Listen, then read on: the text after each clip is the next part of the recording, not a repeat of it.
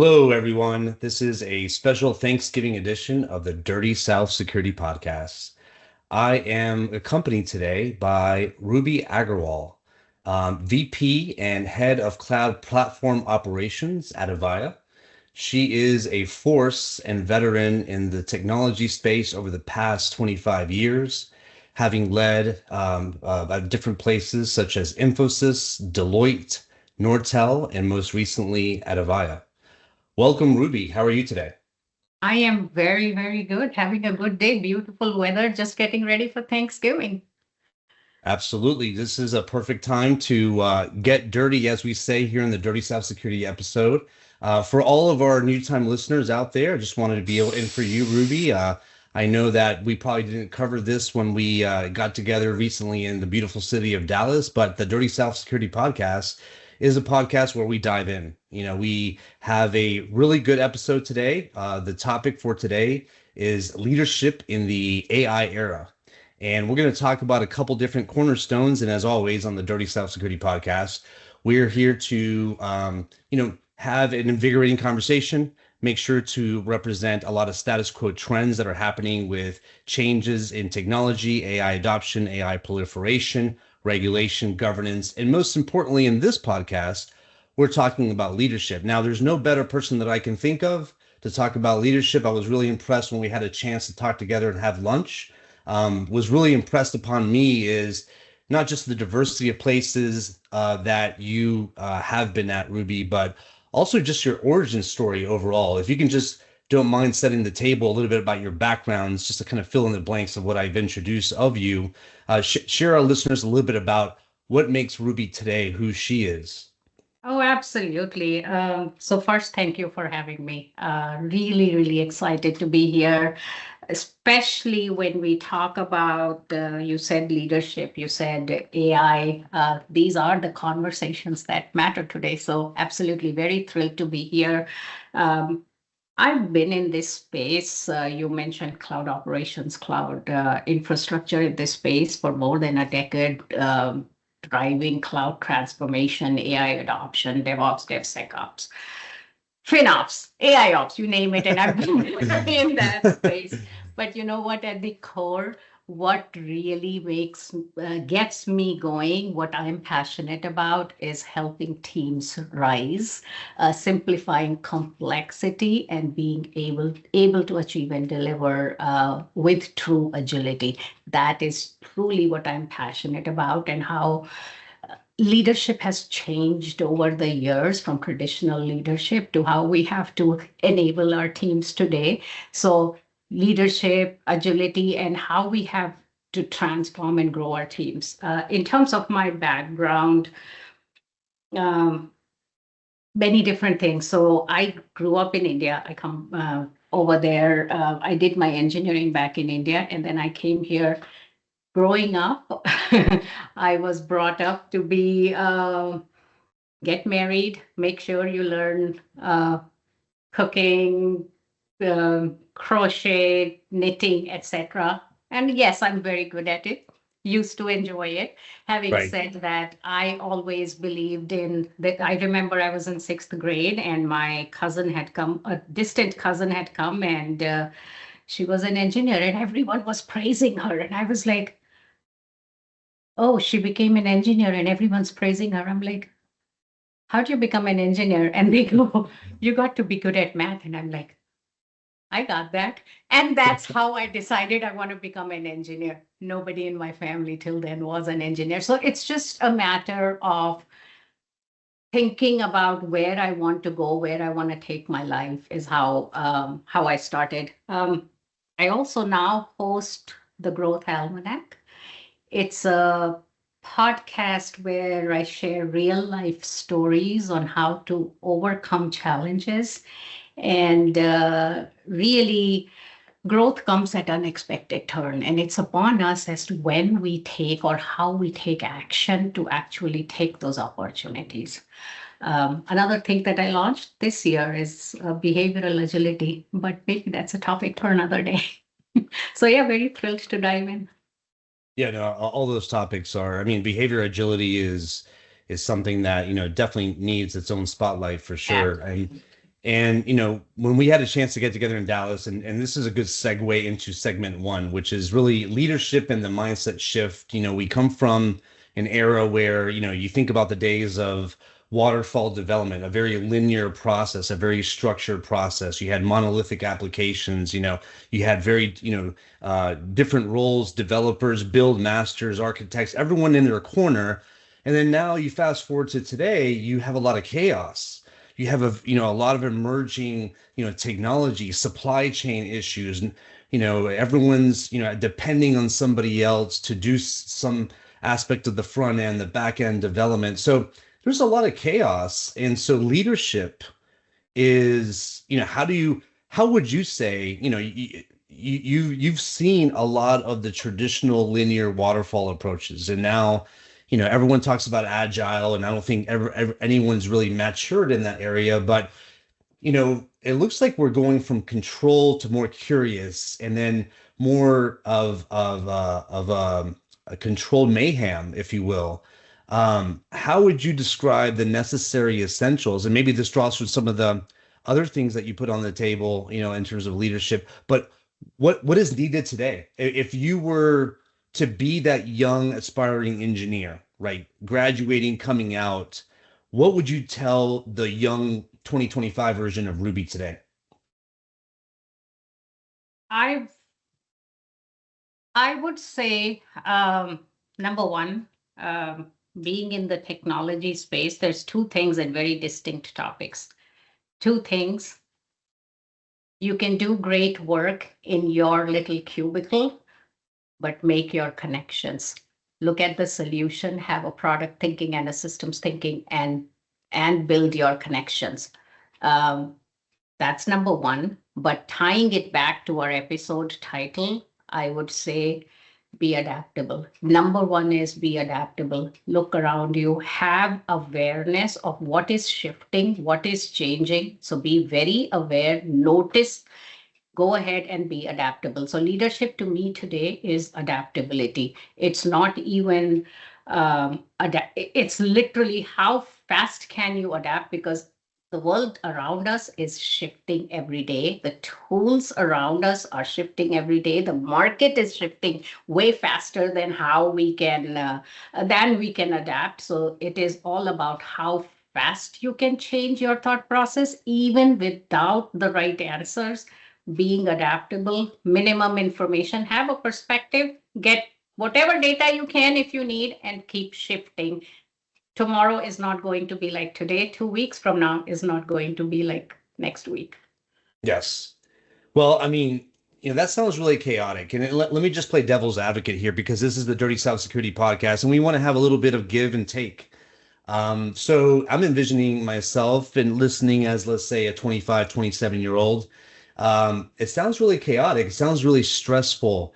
If on top of that, there's all these elements that are changing, but you have to lead people, different cultures. I mean, you look at the diversity of teams in the 1980s, 1990s versus where we are today globally, very different. So what would you say, just purely on the leadership? So yes, adaptability is definitely one, to be able to roll with the punches per se, but in terms of leading in that chaos, what would you say? I mean, obviously you've done it, right? You're at a VP level of one of the most recognizable telecom companies in globally. And so what is the secret? I think I've always gone after the outcome. So bringing clarity to my teams, when it starts with, there is so much chaos, there is so much noise around us, and we have to manage this chaos, fast-paced chaos, if you may. But you have to help your teams eliminate the noise to bring clarity for them. And as long as you tell them, here's the why, here's why it matters, here's how it matters, here's your outcome if you do that. And in addition, make it a space where they are able to discuss, have a conversation. It's a multi-way conversation. It's not a one-way conversation. Have Right. that conversation, and you will be able to get eliminate the noise or at least reduce the noise for them to be able to move forward. And that, I think, is the crux of how do you reduce, how do you find value, or how do you move forward in all of this noise? One of the things that you mentioned right before that, and I agree with everything that you just mentioned here, there's this expression about faking it until you make it, or there's Absolutely. also another expression of, it's kind of like the fear of that you're not good enough, right? It's always thinking that there's too much information, there's too many things going on, and so you're having this sort of like amateur syndrome, or like, imposter syndrome, as they call it. Is imposter syndrome real? A, is it exacerbated by where we are in a digital age of just massive emerging technologies, especially in the age of AI, where it's difficult when you're having internal conversations on AI initiatives, AI governance, building emerging technologies, who's the expert? And so how do you lead when there is this big fear of, just being an amateur, imposter syndrome? How do you do that if you have So that yes, feeling? imposter syndrome is real. And I will say that I used to have that syndrome very high, very much. Uh, Really? Okay. yes, it doesn't come across. Most people tell me it doesn't come across, but I did have that. And this concept, I had, and I'll talk about my story and then I'll translate it into for other, into how to overcome it for others. So, Hmm. for example, for me itself, I was like, I was very good at X, Y, and Z, like at my work and the areas that I had worked on, the skill where I was skilled, I had the expertise, no problem, very confident. But then there are other areas in my life I was like, I'm not good enough. Even a year ago, I wouldn't post on social media. I was like, what will people think? What do I have to share with the world? That's where I was just a year and a half ago. And Right. I started working on myself and I realized I know as much as the other person in the room. And I basically repeated this mantra to myself, saying, confidence is not what comes first, courage does. So we really need you take that first step, take the baby step, take action, and then you will learn from it. Then you will, just keep learning, adjusting, and you will get better within whatever time frame you're looking at. So my message to everybody is, if ever you feel you're not good enough, you are good. That's your limiting belief. Number one, train your mind. You are good enough. You don't know enough. If you have this feeling you don't know enough, well, you do. All you need to do is just take a baby step, do something. If you don't know the topic, go Google it, go chat GPT it. You'll get your answers. Repeat it. You learn something from it and just keep moving forward. I remember when I started doing posting, let's say on LinkedIn earlier, my friends Hmm. used to say, hey, you're writing so well now. And I'm like, yeah, it's all chat GPT. And I would say that. And they were like, oh, that's you, because the whole world has chat GPT, but you're the one who's using it to your advantage in a way that it is your voice and your thought process. Because when I read it, it's the Ruby I know, Right.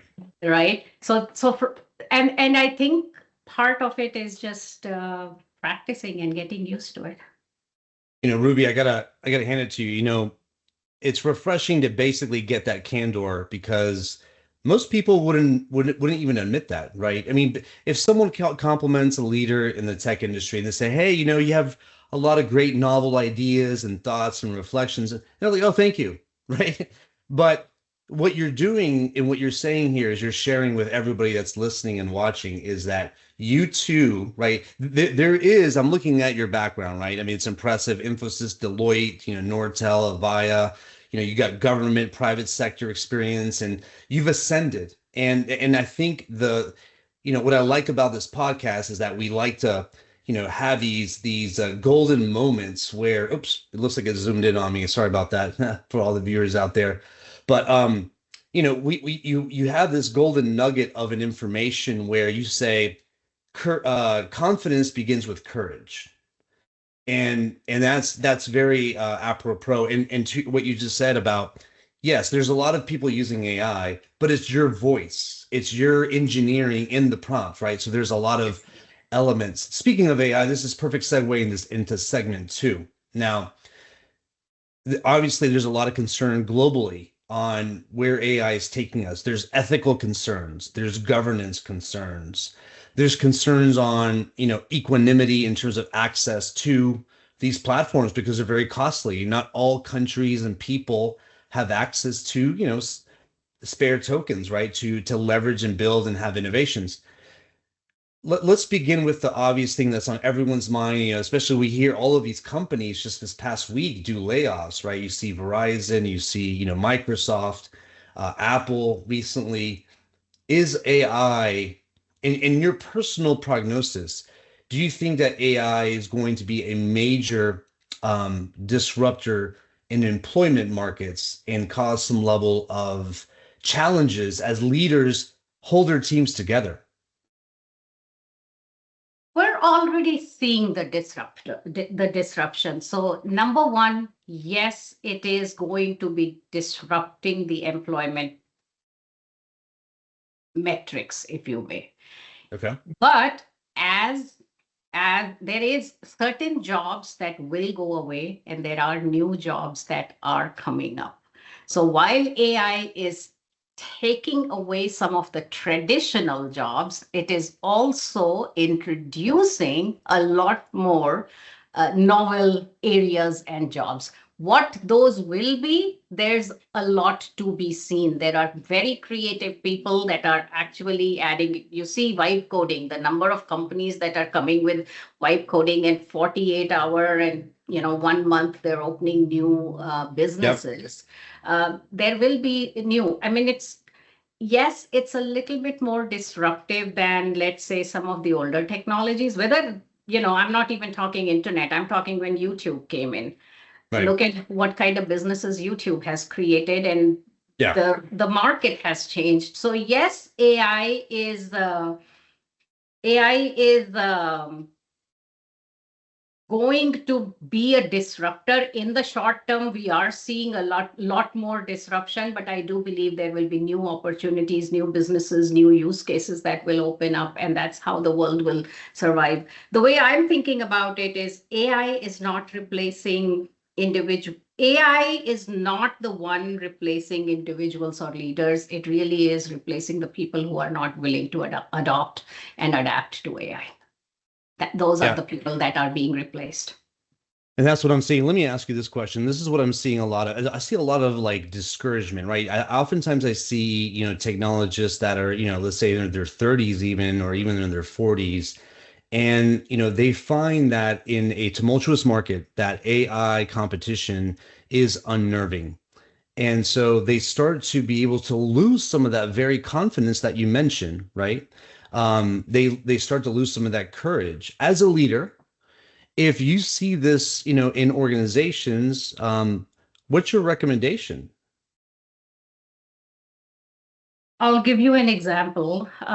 So around 4 months ago, our CEO, he introduced AI to every person in the organization, actually a year ago, and it became a mandate. And I saw even within my team, there were people who were finishing their work the traditional way or completing their projects the traditional way. Oh, I don't have time to go learn, adopt, try out. Hmm. That is what we did was we sort of forced the issue. We had hackathons twice a week within small teams to force the issue of getting the teams to adopt AI and actually use it in their everyday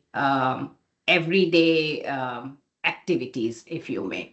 So coming back to your question, the reality is at the end of the day, people are getting discouraged because they're getting a lot of the noise and the information. As a leader, my direction would be work with them, work with them, lead by example. I'll tell you what I did. One fine day, I hadn't written code in 15 years. I didn't Yeah. have my dev environment set up, maybe more, and I didn't have my environment set up. And that's the one thing that would always stop me. And then one fine day, I had Cursor and I had all our source code repos, and just in one day, and I had some PRs written, and I sent it to one of the engineers and I said, hey, you didn't approve my PR. And he goes, what? We're getting PRs from you. And even today, like this morning, I had a guy I was interviewing. I mean, I took his permission to turn on transcription. Took me 5 minutes after the call for me to send the right information to our HR team on the interview feedback. And it's like every step of the way, things that I used to do in 1 week, now I do in 10 minutes or 1 hour based on the activity. And the point is, it is available to everybody that is willing to actually use the tools that are available for them. 100%. And just to close out this segment on the human AI partnership that's unfolding and going to be with us for some time, I do see that there are some challenges. I actually, as you were talking, Ruby, I was reflecting, why is it actually, in my opinion, easier for veterans that have been in IT operations for 20 plus years, 15 plus years, to be able to engage with AI? I mean, you would almost think the opposite, but I think the aspect of experience translating into prompt engineering versus if you're a young professional and you don't have that experience, then the context of engaging with artificial intelligence is making it to be a lot more difficult in them asking, where do I even start? So, what do you think about the idea of like having, I mean, you put a great recommendation, which is basically show by example, right? Have you heard or seen the effectiveness of like AI office hours where they, have like these hackathons of, prompt engineering so that there's where everyone's trying to lead and raise the level of AI fluency? Absolutely. Absolutely. I mean, and I'll give you an example in my org, and then I'll give you another example. So we had a project. We have a lot of our infrastructure code in Terraform Cloud, and we had to migrate it over to manage the state ourselves into our, and I'm going a little bit techie, to do it through GitHub Actions. And the estimate was a 1% year worth of estimate in terms of being able to do it. And we were like, okay, we can't take that. We had a little mini hackathon, 2 hours, got 3 engineers on it. And we said, here's the different modules, 3 different modules, or all of you try. 2 hours in the I saw an engineer in the team that never speaks. He was the most vocal in the team in that particular. He was so excited. Nice. Right. And so you're seeing that kind of excitement, but then at the end of 2 hours, we're like, it's just a month's worth of work. Yeah. Right. So you're seeing that acceleration. Take it to the non-techie group, right? One thing that I have learned is you ask AI to help you. So instead of thinking, what do I do? Or how do I even use you? You can say, I don't know where to start. Yes. I'm Absolutely. thinking X. I've had conversations with ChatGPT saying, talk to me, I'm bored. Right. Okay. So what I'm saying is, if you don't know where to start, be honest, verbalize it and say, I don't know where to start. Tell me what to think about. Tell me, I don't even know what to, like, literally, it will help you. It's about taking the action. It's about engaging with it. And you will, before you know it, in half an hour, in 2 hours, you'll be way past the mental block of, I don't know where to start. Yeah, you hit the nail on the head. I think oftentimes those, they have this self expectation that they put on themselves to say, I have to know enough to sit in this AI chair to interact with the artificial intelligence. When it's actually the opposite to your point. You can literally come and say, I have no clue, or talk to me and explain this to me like I'm in fifth grade. And, it's refreshing actually, right? Because from there, to your point, you can iterate and then advance and learn with the AI. And therein lies the opportunity. But coaching and leading that, going back to the topic for today, is the definite challenge. Now let's move over to segment 3. Here we dive into leadership and ethics, especially when it comes to AI adoption. There's a lot of quasi unethical things. I was just researching some of the poster child unethical things that have happened with AI adoption, use, and marketing. And one of them that came up, and not to really talk bad about any company, but any particular failures that are out there in the industry serve as teachable moments, as I like to call it, right? And so IBM Watson had a healthcare focus, and we see a lot of IBM Watson commercials. And to be honest, superb job on the marketing. Superb job on the marketing. I mean, they're on point. It's really inviting to say, hey, you know what? I want to be able to engage because I could see where we could leverage this thing. But unfortunately, the case study was that there was a lot of physicians that were simply getting bad data. Now, the ethical aspect of this segment is there's like a gold rush right now, Ruby. You know it better than I do, right? Organizations are like, how do we get to 70% cost efficiency? How do we go to market faster? How do we develop this new technology and have an MVP by tomorrow, right? What are First off, how do you lead against some of these unethical pushes, which have always been with us? I don't think it's anything new. I think that they're being exacerbated by the hype that we're in. What are your thoughts around this? My direction there, or the way I think about it, is it's not about how do I get there faster. It's about, especially in context of AI, how do I get more in the time that I used to get X? How do I get Y by accelerating and using the tools that I have at hand? Hmm. So you have to think about, you can't get more by working the same exact way that you did in the past. Um, that's not going to happen. You have the same set of resources and the same amount of time. You can go faster, you can get more, but then you have to use the tools. And it comes back to, are you shifting and adapting, and are you actually um, engaging, researching, utilizing the capabilities and tools that you have available to you? And I would again go back to get in, learn as fast as you can, and you don't even have to learn everything. It's there at your fingertips. Yeah. No, So 100%. Now, sometimes this rush to simply profitability, rush to market penetration because of dollars, especially, one reality is that there's a lot of tech firms that are out there that are owned by private equity and venture capital. And, that's lighting a fire for really rushing, right?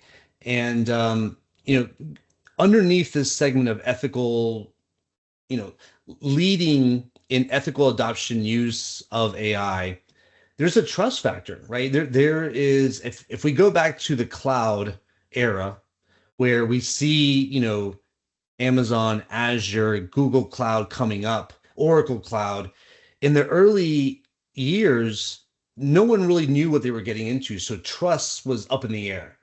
Right now, we kind of find ourselves, I mean, do we trust OpenAI? Do we trust Anthropic? Do we trust, XAI, right? And so trust is up for grabs. And even so much more for the startups that are leveraging AI in their platforms. How do you lead a business model with trust in mind? So you talk about, yes, leveraging the tools that you have, the capabilities, but then how do you package it up to make sure that you have a sustainable business model where you're leading solutions that build trust in the marketplace and with the people that are building your product? governance. So it doesn't matter whether you're using AI. Yes, it may be faster. It doesn't matter whether you're using AI or whether you, even in the traditional model, as long you need to have a certain level of guardrails and governance in place for you to be able to make sure that you are building that trust or exhibiting the trust that you have earning the trust that you have always gained from, let's say, your customers.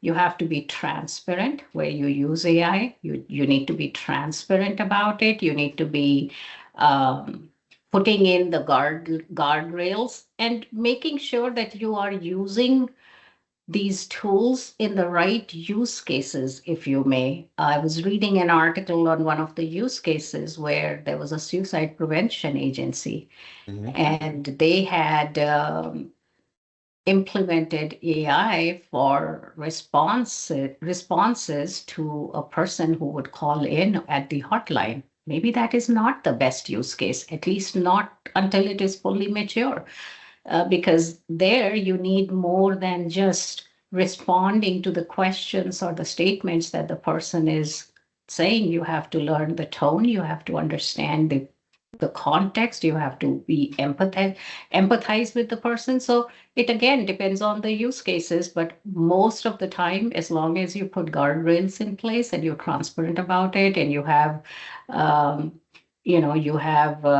security in place, et cetera, et cetera, I think it will pan out.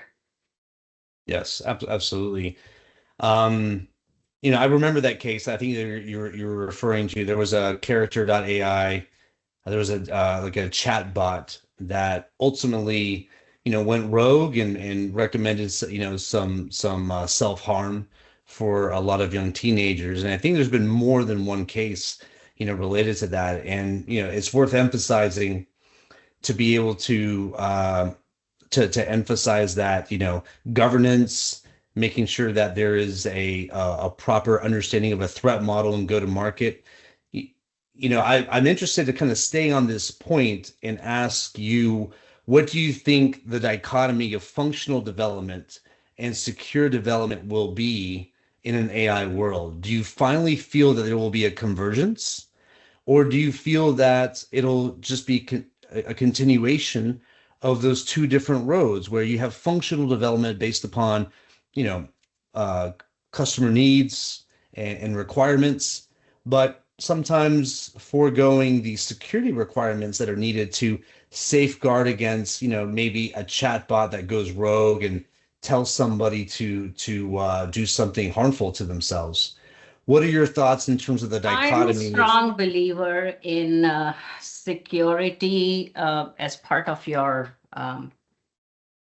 everyday development, as opposed to security as a gate.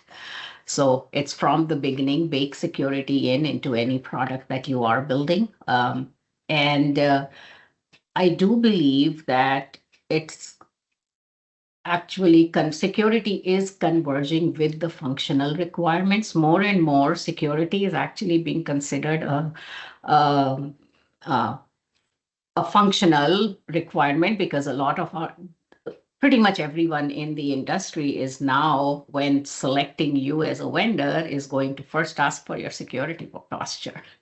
Right.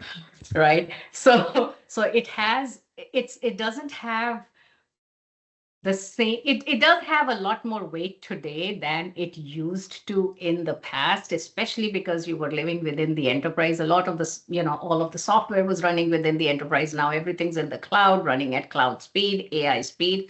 So I do believe the two worlds are converging, and I've seen many different industries where literally there's a roadmap where security is spelled and stated in the same sentence as the functional requirements. Let me ask you a question. Let's say that you were called in front of the US Congress, Okay. and on the topic of governance, they were to ask your opinion as a technology leader in really critical infrastructure, right? I mean, telecommunications technically is critical infrastructure, equipment and protocols and networks and things like that. Is regulation the answer to that governance? We've tried regulation in the past. What are your thoughts on regulation as a way to require governance for ethical leadership of AI? I believe regulation has a place. It used to have a place, and it still has a place in the technology/security industry. Uh, you may regulation helps us with having standards that then everyone has to adhere to. Like if you are in the industry and you want to adhere to those security policies. I don't want to use the word guideline.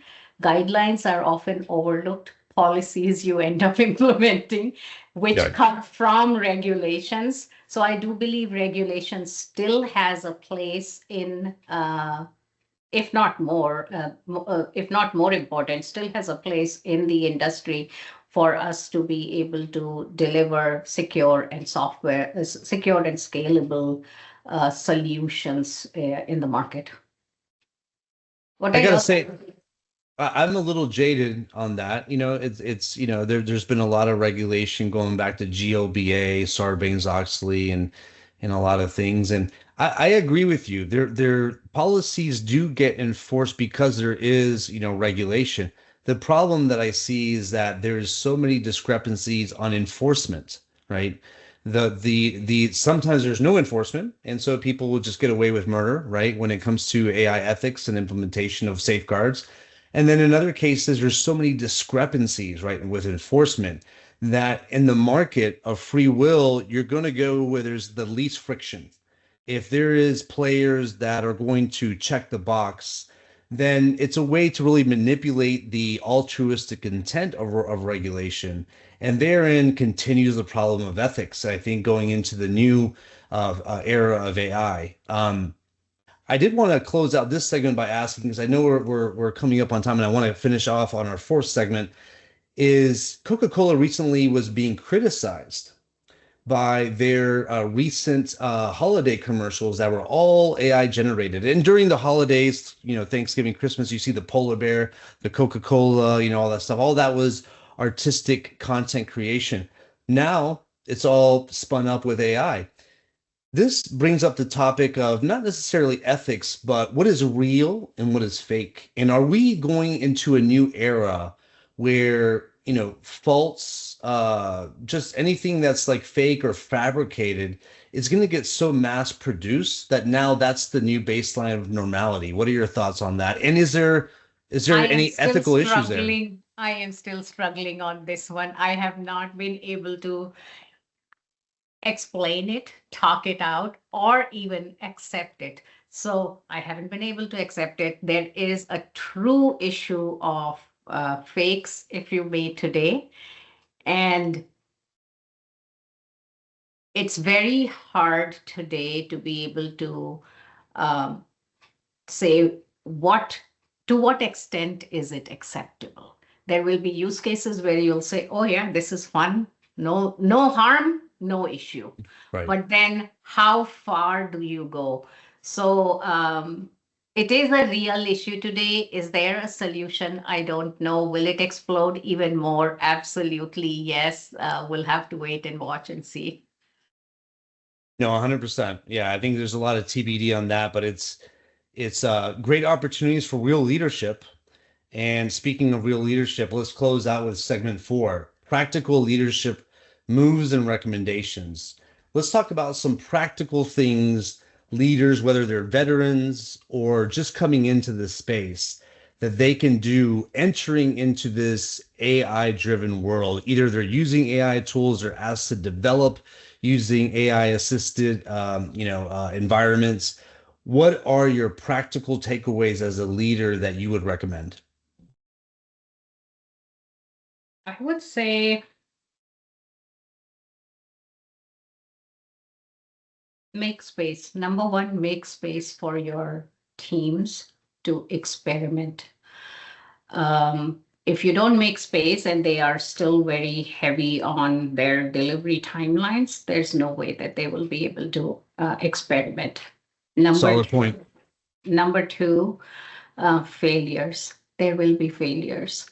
And this time, use the failure as data because you will have a lot of failures and you will have a lot of data from that. Um, enable them with the tools. So in this world of cost cutting, you have to give them the, I say best, but best with appropriate. Give your teams the best tools for them to be able to use AI. If you are not enabling them, then it isn't going to help. Um, the rest is standard. I mean, have your game days, have your metrics and dashboard, make it fun. Yeah, no, I mean, as a leader myself in two different organizations, I mean, I'm listening to you and I'm like, I got to put this into practice, myself. It's so easy to get lost in the hustle and the Yeah, bustle and yeah. creating the space, creating the opportunities, it takes time, like you mentioned, and you got to be able to lead and make sure that the team members have the right tools, they're best in breed, and they have the space and the time to be able to build. Those are great thoughts. I wanted to close out and ask you, on this eve of Thanksgiving, on this eve of gratitude, if you will, and talking about leadership, what is a leader? And it could be a leader that's either touched your life, personally because they led you, they managed you, and it could be in any industry that you were at, some of the ones I mentioned or beyond, or maybe it was a leader that you looked at and learned from afar, even in reading about the leadership. What has been a leadership, a type of leadership that you really kind of taken with you as part of your own journey and in technology? Thinking, there are so many of them. I would like to say Jensen Wang, but that one is more of a cliche. Like, I love him. Every single episode of his podcast. It's like a 1 hour podcast, and I would be listening to him, and there's like I have my notebook uh, taking notes for every little sentence or quote that he speaks. I'll be taking notes. There's so many of them, like Simon Sinek, Hmm. uh, quite a bit. Every airplane flight that I'm going on, it's like he's in my ear. I'm listening to one of his books, kind of thing. I think I remember this one, Tony Robbins. I heard this podcast maybe 6, 7 years ago, and it stuck with me. And he was saying, he came from a very poor family, didn't have food on the table, and he said he was 20 at the time. And one fine day, he said, "This is where I'm going to be 5 years from now, and this is where I'm going to be 10 years from now." And that stuck with me because I personally was always thinking about my next job or my next promotion or my next Right. raise. And I was like, I'm done with that. Here's what my dream is. Here's where I want to be 5 years from now. And yes, I can do anything. So we've all got these limiting beliefs. I can only go so far, or I only know so much. My learning over the years is you can do anything. I can do anything. I just have to put my mind to it and my heart to it and move forward. There's many more. There's so many people who've touched my life. I'll take on a personal note. My father-in-law, he told me when I got married, one of the things he said was, so we're middle class family, my family, his family, and he saw me that, we have had troubles, like financial troubles growing up. So he could see that I had that in my mind. And it was like, I can't lose my job. Like that was the thought process I had growing up. And so then I was sitting with him at a table and he said, never work in fear. Don't work in fear. He said, we are here to back you up. That was one sentence. And that just changed how I think. I never worked in fear after that of losing my job. It was always, I'm going to do what's right and I'm going to do what I enjoy. And so, again, he's not a world renowned leader, but he shaped my career based on those 4 words that he said to me. I mean, wow. The aspect of fear and conquering fear is a podcast in and of itself. It's, kudos to your father-in-law and for being in your life to be able to share and impart that wisdom. That's gold. You can't progress with fear on your shoulders, right? You have to shed that weight to be able to go through the barriers, and that's something that I've definitely imparted, to others that have come and work. And it's difficult, right? It's difficult because that fear can be so gripping. It's like a vice grip. And, it's so overwhelming that people know nothing else except for fear aversion. Mm-hmm. And they don't even consider the possibilities of success without that fear. But there's a strong new world of where that fear doesn't even exist because you've overcome it. It's buried, and you look back and it's like, I can't even believe this was even relevant, right? So, um, but like you said, Ruby, the influences of leadership come from all different places, sizes, and shapes. And it sounds like you've had, a good influence of a lot of different sources, which has clearly made you a force in technology today. I really appreciate and am thankful for this day, that this time that you've given me and all of us and all of our listeners. Thank you so much. We definitely got to do a part two in the future. Safe travels to you. A big shout out to Versprite for the podcast, sponsoring the podcast. And to all of our listeners, happy Thanksgiving to you, and catch us next time on the Dirty South Security Podcast. Take care. Thank you. Thank you. Thank you very much for having me. Thank you.